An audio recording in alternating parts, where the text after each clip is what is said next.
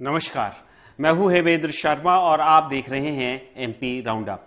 एक पेड़ मां के नाम, ये अभियान शुरुआत हुई दिल्ली से और शुरुआत करने वाले थे प्रधानमंत्री नरेंद्र मोदी पर्यावरण दिवस के उपलक्ष्य पर। भोपाल में भी इस अभियान को मुख्यमंत्री मोहन यादव आगे बढ़ा रहे हैं। एक ही दिन में 12 लाख पौधे लगाने का लक्ष्य रखा गया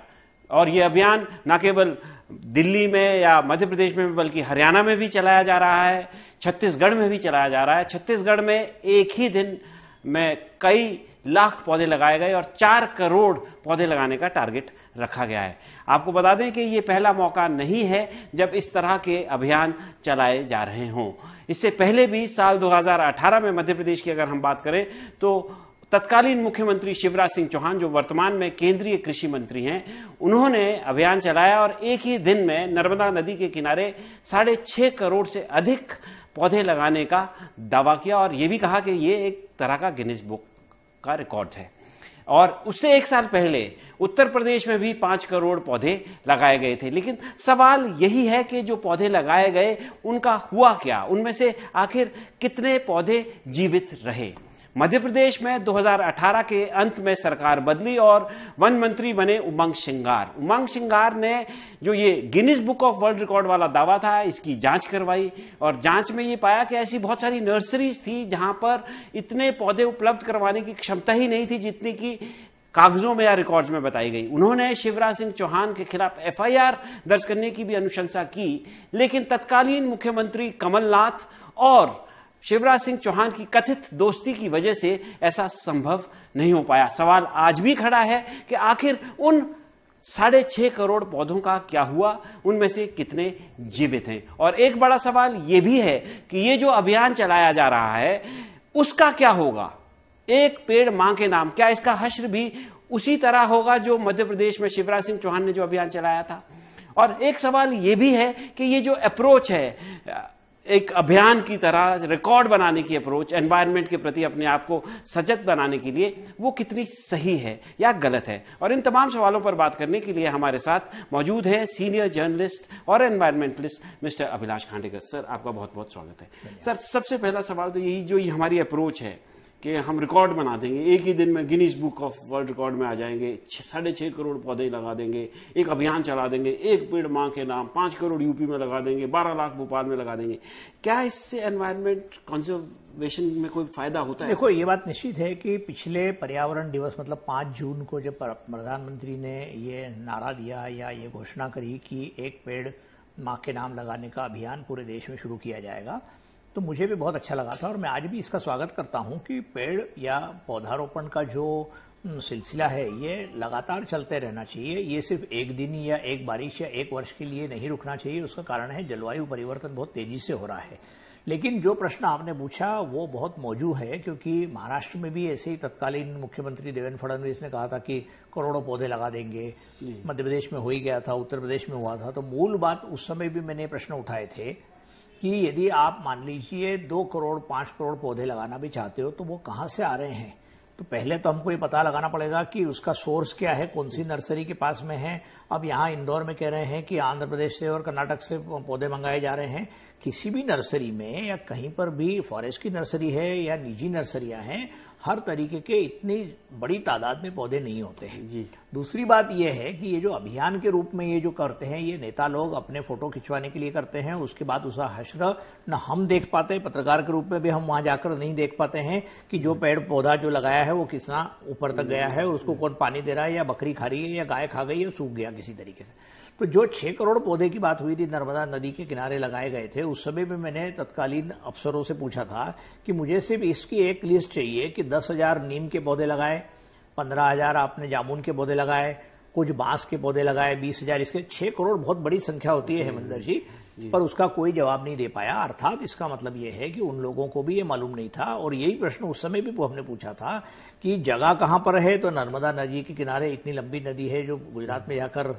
समुद्र में मिलती है, तो शायद इतनी जगह वहां पर मिल सकती है। लेकिन अब जो लगातार ये जो अभियान चल रहा है, इसकी मूल रूप से चिंता अनेक लोग इस पर बात कर रहे हैं। सुमित्रा महाजन जी ने भी कहा है कि जो पुराने पेड़ लगे थे, पौधे लगे थे, उनको जाकर देखिए तो सही क्या स्थिति है। ये बात सही है कि आज के जमाने में टेक्नोलॉजी टेक्नोलॉजी भी है, मैंने भी बहुत पौधारोपण किया, बहुत तालाब बचाए, लेकिन सवाल ये उठता है कि जिस तरीके से सरकारी कार्यक्रम को इसका रूप जो मिल रहा है उसको देखकर हमको लगता नहीं है कि इस तरीके का अभियान कोई बहुत ज्यादा, निश्चित रूप से आज पौधे लगते हुए दिख रहे हैं, लेकिन क्या अगले साल इसी वर्ष हेमेंद्र शर्मा या अभिलाष कांडेकर या मुख्यमंत्री या जो ब्यूरोक्रेट्स लगा रहे हैं, आज डीजीपी ने साहब ने भी पौधा लगाया, बाकी लोग, वो क्या जाकर वहां देखने के लिए उनके पास समय है, याददाश्त है, और उसको पानी देने की व्यवस्था कौन करेगा, और इतना अमला है क्या? सर ये मेरा आपसे अगला सवाल है कि क्या ये ह्यूमनली पॉसिबल है किसी भी गवर्नमेंट के लिए जो 6.5 करोड़ 6.6 करोड़ पौधे एक दिन में लगाने का दावा कर रही है, जिसने इतना पैसा उस पर खर्च किया है,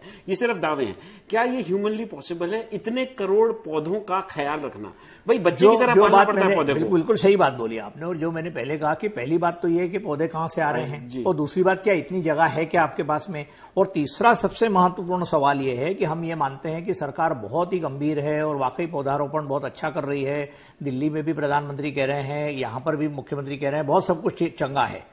अब प्रश्न ये उठता है कि क्या इसकी कोई गारंटी दे सकता है कि आज से 10 साल बाद जब ये पौधे बड़े पेड़ बन जाएंगे तो इनको कोई सरकार काटेगी नहीं? तो अब मूल बात भोपाल से शुरू हुई थी और इंदौर से भी शुरू हुई थी कि इंदौर के एमओजी लाइंस में लगातार लोग, वहां के स्थानीय लोग इसका विरोध कर रहे हैं कि हाउसिंग बोर्ड और स्मार्ट सिटी मिलकर लगातार वहां पर एक कॉलोनी बनाने की कोशिश कर रही है, और पुराने दरख्त जो है 100 साल पुराने, जिनको चिपको आंदोलन, जैसा मैंने ट्वीट किया था कि इंदौर का चिपको आंदोलन बन रहा है ये, उसके विरोध में बहुत सारे लोग खड़े थे। भोपाल में शिवाजी नगर, तुलसी नगर में मंत्रियों के बंगलों के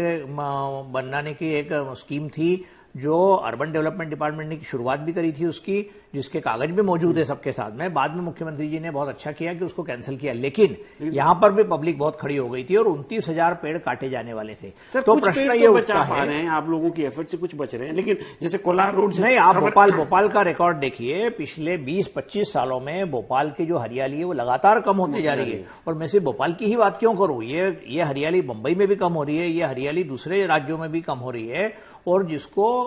शहरी जैव विविधता बोलते हैं, इसकी सबसे बड़ी और पहली कॉन्फ्रेंस हमने इंदौर में 2022 में की थी, जिसमें हमने यही बात उठाई थी कि शहरों के तालाब, शहरों के जंगल, शहरों की घास, शहरों की जो खुली भूमि है, इनको बचाने के लिए कौन आगे आ रहा है? तो आप यदि नगर निगम से पूछेंगे कि क्या वो पेड़ बचा रहा है, तो नगर निगम कोई भी कहेगा कि जब हम पेड़ बचाने के एक्सपर्ट्स नहीं हैं, न लगाने के एक्सपर्ट हैं। तो अल्टीमेटली शहरों में जो लगातार ये जो पेड़ लग रहे हैं, इनकी जवाबदारी कौन लेगा? अच्छा सर, हम अगर एक बार मध्य प्रदेश की बात करें और जो शिवराज सिंह चौहान पूर्व मुख्यमंत्री के दौरान जो कैंपेन चलाया गया था, उसमें जैसे आपने कहा कि हम फिजिकली जाके वेरीफाई नहीं कर सकते कि कितने लोग, कितने पेड़ लगे, कितने जीवित रहे, लेकिन उसके बाद जो गृह मंत्री थे, वन मंत्री थे उमंग सिंगार, उन्होंने इंक्वायरी करवाई थी, गड्ढे भी खुदवाए थे उन्होंने। उस समय तत्कालीन उनके फोटो भी छपे थे, उन्होंने जाके गड्ढों में देखा वहां पर कि वहां पर एक भी पौधा नहीं मिला। तो इसका मतलब तो ये हुआ ना सर कि वो पूरा जो कैंपेन था वो एक शैम था, पैसे बनाने का तरीका था। निश्चित रूप से ये एक राजनीतिक, जिसको कहते हैं, स्कैम था, और उसको अपनी परिणति तक ले जाने तक, मतलब लॉजिकल कंक्लूजन तक ले जाने तक जो अपोजिशन को या पर्यावरणविद को करना चाहिए था वो नहीं किया। और इसीलिए आज ये प्रश्न जरूरी से उठाना पड़ेगा कि यदि आज ये पौधारोपण हो रहा है तो उन पौधों को संभालने की, क्योंकि ये पौधारोपण जो हो रहा है ये सरकारी पैसे से हो रहा है, मेरे टैक्स से हो रहा है, आपके टैक्स से हो रहा है, आपके टैक्स से हो रहा है, तो कल यदि ये पेड़ मर जाता है तो क्या किसी की रिस्पॉन्सिबिलिटी फिक्स की जाएगी क्या? इसके ऊपर आज ही से बात करना शुरू करना पड़ेगी, क्योंकि सिर्फ पौधे लगाना है ये फोटो अपॉर्चुनिटी नहीं है। अच्छा सर, क्या ये जरूरी नहीं है कि जब आप पौधे लगाने का कैंपेन शुरू करें उससे पहले ये इंश्योर कर लें कि कौन आदमी उसकी देखभाल करेगा? निश्चित रूप से नहीं, मैं आपको आगे कहने ही वाला था कि यदि आप, क्योंकि ये पूरा अमला है और शहरों में जो पेड़ लगा रहे हैं वो वन विभाग नहीं लगा रहा है। बहुत साल पहले 1981 और किसी जमाने में फॉरेस्ट सर्वे ऑफ इंडिया की शुरुआत हुई थी देहरादून में। फॉरेस्ट एक्ट भी हमारा ब्रिटिश जमाने का है और आज भी फॉरेस्ट के ऊपर बात चल रही है कि किस तरीके से वन लगातार घट रहे हैं। हाईवेज पर लगातार केंद्र सरकार और NHAI नाम की जो बॉडी है, national highway authority of India, धड़ल्ले से पेड़ काट रही है। और आज भी 20 साल से लेके 100 साल तक के उम्र के पुराने पेड़ जो हमको वाकई पर्यावरण के लिए, जिसको इको सर्विसेज देते हैं, उनकी लगातार कटाई हो रही है। तो एक तरफ आपने देखा होगा बक्सवाहा के ऊपर जहां पर डायमंड माइंस की शुरू होने वाली थी बिरला कंपनी की, उसके ऊपर लोगों ने भयंकर विरोध किया, तब जाके हाईकोर्ट ने स्टे दिया, NGT ने वो किया। तो प्रश्न ये है कि पौधारोपण को, मैं वापस कह रहा हूं मैं आपको हेमेंद्र जी, कि मैं पौधारोपण को यदि बहुत गंभीरता से यदि लिया जा रहा है तो मैं उसका स्वागत करता हूं। लेकिन जो आपने प्रश्न पूछा कि यदि आज एक क्षेत्र में यदि आपने मान लीजिए 1 लाख पेड़ लगा दिए, तो उन 1 लाख पेड़ों को अगले 10 साल तक कौन देखेगा, इसकी जवाबदारी देने का कोई आदेश है क्या सरकार में? तो दिख तो नहीं रहा है। हाँ। और जब 2018 में लगाया था कोई भी ऐसा अरेंजमेंट किया नहीं गया था। तो मेरा इसीलिए लोगों को इस तरीके के पौधारोपण के ऊपर बहुत ज्यादा विश्वास नहीं बैठता। लोगों को लगता है कि फिर ये राजनीतिक दिशा भूल की जा रही है, राजनीतिक लोग हमको बेवकूफ बना रहे हैं। अच्छा सर, फिर मेरा अगला सवाल जो है वो ये है कि क्या कोई, क्योंकि ये तो एस्टैब्लिश हो गया कि इस तरह के जो कैंपेन चलाए जा रहे हैं वो तो सिर्फ शैम होते हैं, और मतलब जो पास्ट में हुए वो तो शैम ही हुए। तो कोई कायदे से तो ये है कि 6 करोड़ वाला जो है वो मध्य प्रदेश के साथ तो धोखा ही हुआ था, क्योंकि यदि वो 6 करोड़ पेड़ यदि आज लगे होते तो नर्मदा जी की में भी आज नर्मदा जी की, जैसे जिसको कहते हैं कि रिवर की, मतलब नदियों की और हाइड्रोलॉजी और पेड़ों का जो आपस में जो नाता है, तो आज नर्मदा जी में भी लगातार पानी कम होता दिख रहा है, इसलिए क्योंकि राइपेरियन जोन जो आसपास का रहता है उसमें लगातार वनस्पति घटती जा रही है। और इसके ऊपर भूपेंद्र यादव जो केंद्रीय मंत्री, इन्होंने 2-3 साल पहले अमरकंटक में जाके एक मीटिंग ली थी, शिवराज सिंह चौहान भी वहां पर थे, क्योंकि यदि नर्मदा जी के मुख से यदि पानी कम निकल रहा है तो इसका मतलब यह है कि बारिश का पानी जो जड़ें रोक के रखती है, वृक्ष रोक के रखते हैं, तो वृक्षों की जो महानता है सबको मालूम है।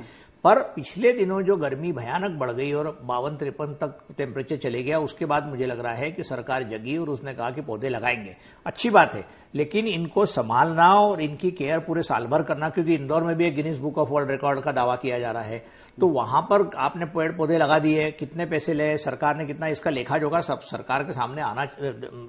प्रदेश के सामने आना चाहिए, तभी जाकर इस पर विश्वास बैठेगा कि ये जो अच्छे इस तरीके के जो अभियान चल रहे हैं ये कितने गंभीर हैं और वाकई क्या ये पौधे आगे जाकर बच सकें। क्योंकि इसके बाद आएगी ठंड, उसके बाद आएगी बारिश, उसके बाद आएगी गर्मी। उस गर्मी में यदि झुलस गए या बकरी ने या गाय ने खा लिए या उसका प्रॉपर सिक्योरिटी अरेंजमेंट, उसकी सेफ्टी की अरेंजमेंट नहीं करी, तो आप जो कह रहे हो वही होगा कि 6 करोड़ जैसा वापस इसमें भी होने की संभावना है। अगर ऐसा संभावना है तो कोई ऑल्टरनेट अप्रोच हो सकती है सर क्या, पेड़ों को बचाने के लिए, नए पेड़ लगाने के लिए कैंपेन? सबसे पहली बात तो हम लगातार ये कह रहे हैं कि जो पर्यावरण में हम छोटे से कार्यकर्ता के रूप में कार्य कर रहे हैं पिछले 30 सालों से, तो हमारा सबसे पहला कारण कहने का मतलब यही है कि जो पुराने दरख्त है, पुराने वृक्ष है, उनकी कटाई पर लगभग 100% पाबंदी लगना जरूरी है जी। जब वो जिंदे, क्योंकि जब ये छोटा पेड़ जाके बड़ा होगा तब तक तो बहुत सारी जनरेशन निकल जाएगी और उसकी सर्वाइवल रेट जिसको बोलते हैं अंग्रेजी में, तो वो वृक्ष, तो निश्चित रूप से एक अलग से फोर्स को निर्माण करना पड़ेगा, चाहे वो फॉरेस्ट में से निकालकर अलग लोगों को ले जाए, सरकार में तो किसी तरीके की वो नहीं है, या प्राइवेट एजेंसी का वो करें। प्राइवेट एजेंसी के ऊपर कितना विश्वास किया जा सकता है इस पर मैं अभी तो कुछ नहीं कह सकता, लेकिन निश्चित रूप से यदि ये पेड़ लगाए गए हैं तो जिन लोगों ने लगाए हैं, जिन एजेंसीज ने लगाए हैं, उस सरकार की या बाकी एजेंसियों की भी ये निश्चित रूप से जिम्मेदारी है कि अगले साल पुनः प्रदेश को आकर बताए कि हमने पिछले साल जितने पेड़ लगाए थे उसमें से 90% जिंदा है, 100% जिंदा है या 10% जिंदा है। अच्छा सर, मेरा फाइनल सवाल आपसे कि एनवायरनमेंट के प्रति अपनी अवेयरनेस को बढ़ाने के लिए और लगातार पेड़ लगाने के लिए, जो लगे हुए पेड़ हैं उनको बचाने के लिए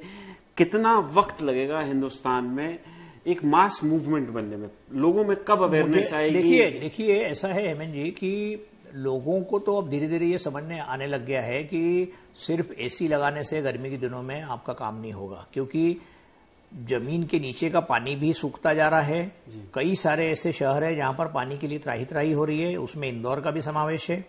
जी। तो पेड़ों को लगाने के लिए जनता सामने आएगी ये तो निश्चित रूप से है, लेकिन साथ साथ में सरकार यदि गंभीर नहीं होगी तो बहुत मुश्किल होगा। मेरे को लगता है कि शिवराज सिंह चौहान ने जो काम किया था उससे अलग जाकर डॉक्टर मोहन यादव करेंगे, और जो पेड़ कल परसों में उन्होंने लगाए हैं, या इंदौर में भी अमित शाह जी आकर लगाने वाले हैं, लगातार बहुत सारे मंत्री इंदौर में आकर पौधे लगा रहे हैं। पर इसका मतलब ये नहीं है कि आज आपने 51 लाख पौधे लगाने की घोषणा कर दी तो आप पुराने सब पेड़ काट दो, तो फिर बात वो की वही हुई। तो हम ये कह रहे हैं कि पुराने दरख्तों के कटाई पर निश्चित रूप से बैन लगना चाहिए, पाबंदी लगना चाहिए, और बहुत ही जरूरी है। आप किसी भी शहर के बाहर चले जाइए, आपको हाईवे पे पुराने पेड़ रोड वाइडनिंग के नाम पर या ब्रिज बनाने के नाम पर या मेट्रो बनाने के नाम पर हर जगह आप शहरों में देख रहे हैं लगातार वृक्षों की कटाई अंधाधुंध तरीके से चल रही है पिछले 10 सालों में। उसका कारण यह है कि इंफ्रास्ट्रक्चर डेवलपमेंट के नाम पर सरकार लगातार ठेकेदारों से या दूसरी एजेंसी से अलग अलग निर्माण कार्य करा रही है। उन निर्माण कार्यों का विरोध मैं नहीं करता हूं, लेकिन निश्चित रूप से मैं चाहूंगा कि वृक्षों की जो सुरक्षितता है उसके लिए सरकार को किसी न किसी तरीके का कानून बनाना चाहिए। तो किसी न किसी तरीके का कानून की आवश्यकता है। कहते हैं development comes with a cost, लेकिन एट व्हाट कॉस्ट, ये एक बहुत बड़ा सवाल है। और आम आदमी में अवेयरनेस आ चुकी है, जैसा कि बताया भी जा रहा है कि हर आदमी अब समझ रहा है कि कितनी आवश्यकता है पेड़ पौधों की, लेकिन सरकारों को भी जागरूक होना पड़ेगा। और जो पौधे लगाए जा रहे हैं वो तो ठीक है, लेकिन उनको बचाए रखने के लिए भी एफर्ट्स लगानी पड़ेगी। एमपी राउंडअप में आज सिर्फ इतना ही, कल फिर मुलाकात होगी, तब तक के लिए थैंक यू, गुड बाय।